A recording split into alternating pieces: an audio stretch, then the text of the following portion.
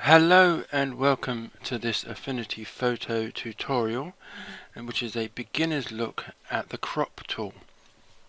Now, the crop tool icon is this fourth one down from the left hand side here, and it's this icon here, and you can get it by clicking on this icon or pressing the C button on your computer.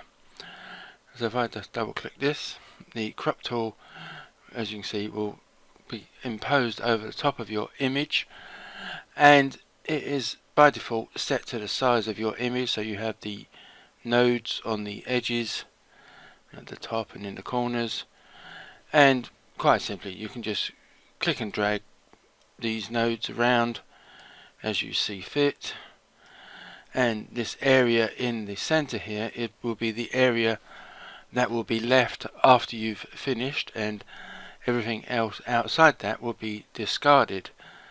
Now you can, once you've made your selection, you can sort of implement it in three different ways. You can come up the top here and click apply, or you can press enter or return on your keyboard, or you can just sort of come inside the area and double click, and that will make that area now the area that is left after you've cropped. Now technically that outside area is still there. If you wanted to make it more permanent, to discard that, you could come to document and flatten, and then that area would no longer be there. If you then clicked the crop tool again, it will start from this area rather than sort of going back to giving you the whole area that you had before. So that is one way of doing that. Let me press Ctrl and Z. Let me cancel this first. Let's bring this. I'll just use the history and come back to the start image again. Another way of cropping, let me click on this. If you know roughly where you want to start, you don't have to drag in these nodes. You can just click and drag out an area that you want and make that the crop area that you want. Like I said, if you click back on the crop tool, you can see that area is still visible, and then you could make an alteration if need be. Let me just again cancel this and come back to the start image. So let me come back to the crop tool. So the main point of this tutorial is looking at the options that are available with the crop tool, not just how the crop tool works. And the options are running along the top of the image window here. Once you click the crop tool button, you will get these options. And the first two buttons are sort of pretty self-explanatory. You apply the crop tool or you can cancel it. The next icon is for presets. It's a cog here, and if I just click on this, you will see the drop down menu, and from the presets you can get various sizes that were pre-made by Serif. So you have the likes of 6x4, 7x5, A5, A4 for example, and if you select one of these, say for example 6x4, when you draw out the crop tool or alter it in any way like this, the end result, once you apply it, will end up being 6x4 in size. It doesn't really matter whether you say you just went for this G for example.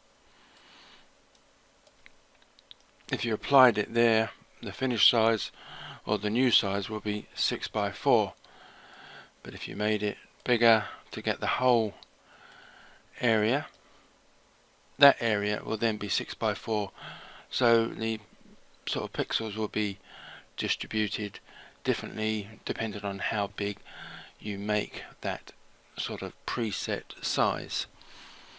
Now coming back to the preset menu, at the top here there's a little icon, and if you click on that you also get the manage presets, and from here you can make your own presets. Once you've made one, you can then add it to the presets list, and you can create categories and delete any that you don't want or what have you. So this is how you can manage the presets. Let me just cancel that. Right, before I reapply the crop tool, I just want to point out that I have changed the ruler sizes from pixels to inches, and this will help in the next bit I'm going to explain. So I'll come back to the crop tool, and the next option after presets is mode, and the one after that, or the two after that, is the size of the current image, which is 10.037 inches by 6.69 inches.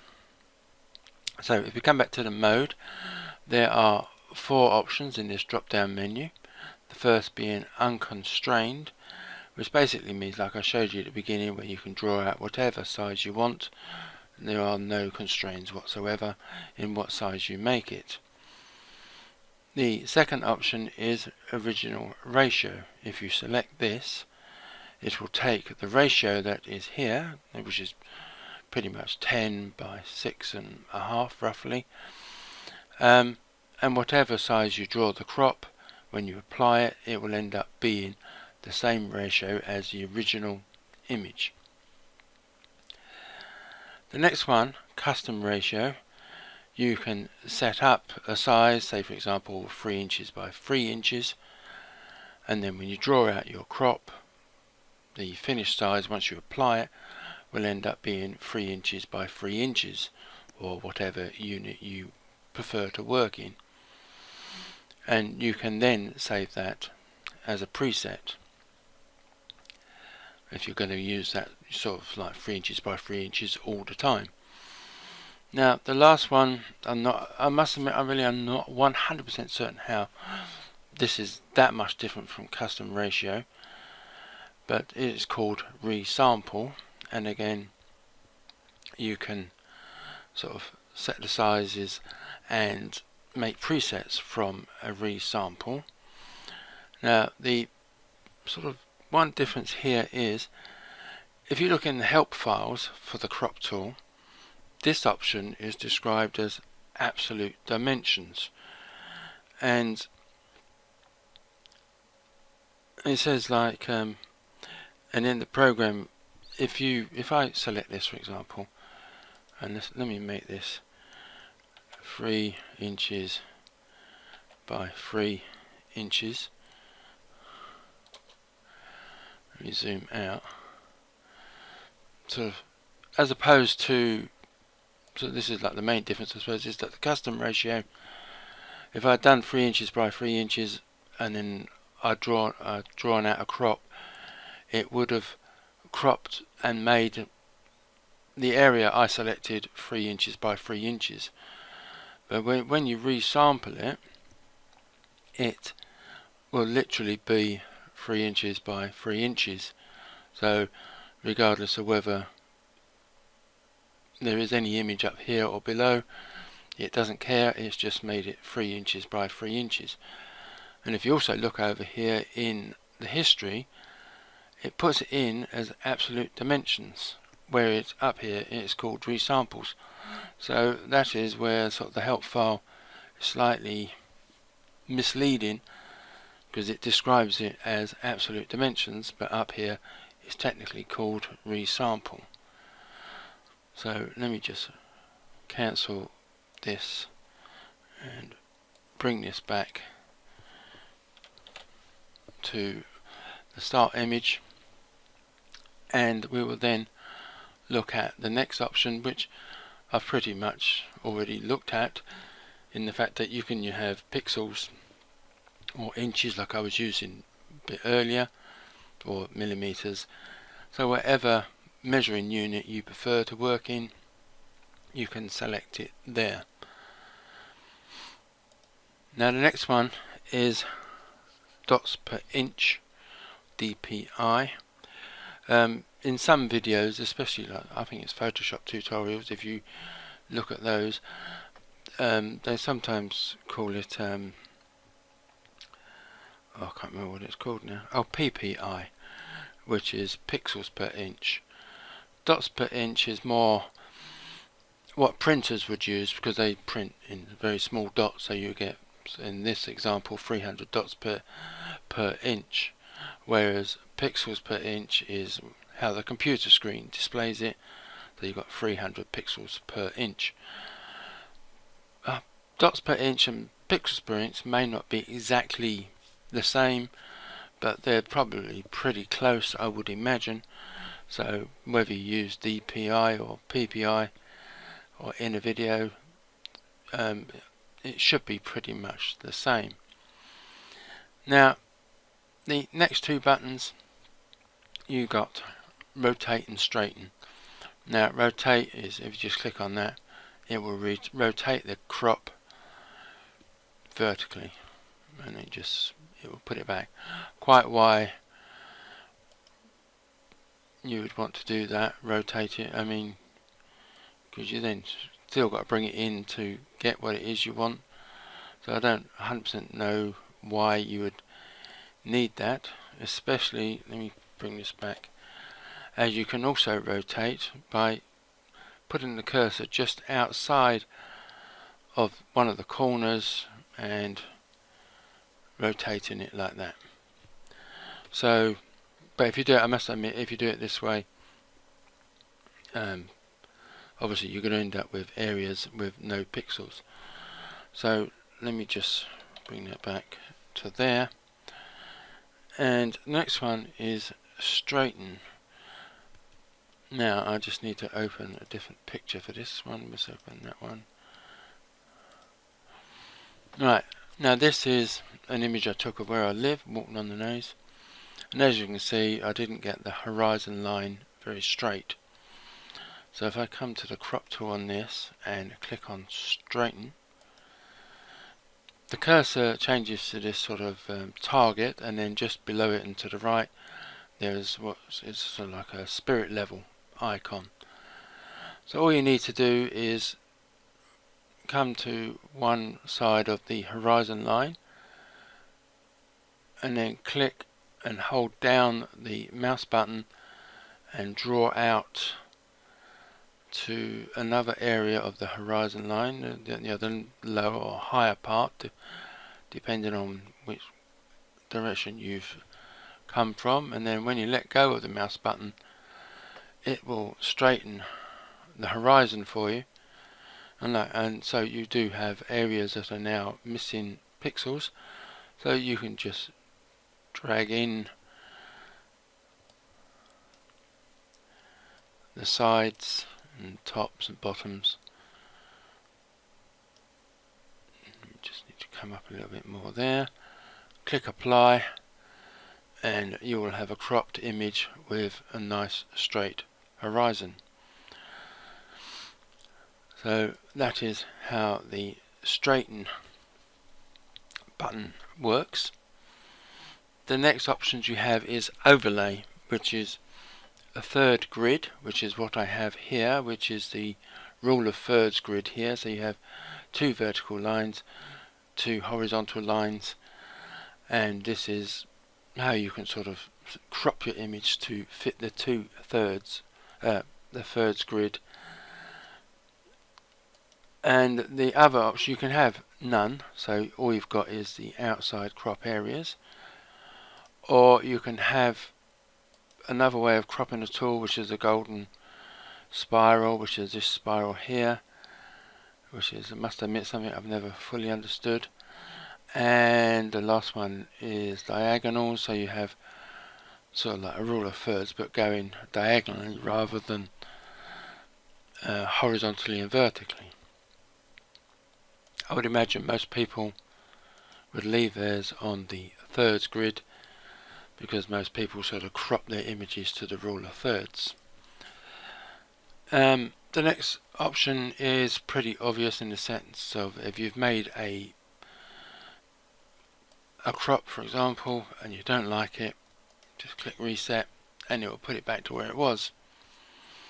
Now the next two options are, let me just make this, so at the moment I have darken with a tick. If I take that off, it's sort of quite hard to see where you're going to crop, which is why I prefer myself personally to have darken. It darkens the area that will be lost after you've made the crop, and it's, in my mind, easier to then make that crop because you can see where you want to go. Now the reveal tick, which is the next option over, is if you sort of make a crop and then you come back, it will reveal where we were before because I haven't flattened the image, whereas if I didn't have that ticked, it wouldn't show what was previously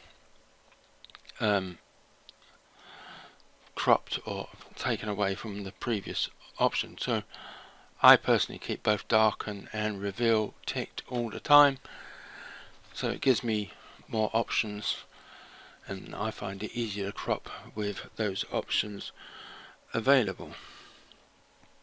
Let me just once more cancel this and bring this back to the start image. So before I finish off this video, I just want to sort of just a slight recap on the difference between sort of unconstrained and sort of a custom ratio. Let me just cancel that again, because I have these two images here. This one I did unconstrained, and as you can, its size is, it's bam bam bam bam. Oh, it's hard to, this, well, the size of this one is 2.5 inches by 7 inches, and this next image, this is 6 by 4. Now they pretty much get the same area, especially width-wise. You can see the gap between there and that edge and this tile and that edge on this image is not that much different, but the difference in size is, like I said, this one is 7 by 2.5, which I did unconstrained because it grabbed that area from a much bigger pixel and it has kept the basic size of that bigger image to grab that area, whereas this area I did it on the ratio of 6 by 4, so it has now sort of squashed the pixels into that 6 by 4 area, and that's sort of the closest I could get with the same width as I did with the unconstrained version, where I lost the, well, I could have made this bigger, but that is basically the difference between unconstrained and sort of a constrained version of the crop. The constrained versions will sort of reduce the pixel size to fit them into the area that you have selected. I hope that makes sense. That pretty much finishes my look at this crop tool. I have made a written version of this, and I will add a link to the download site, Dropbox, so you can download the written version if you prefer written versions. So thank you for watching and goodbye.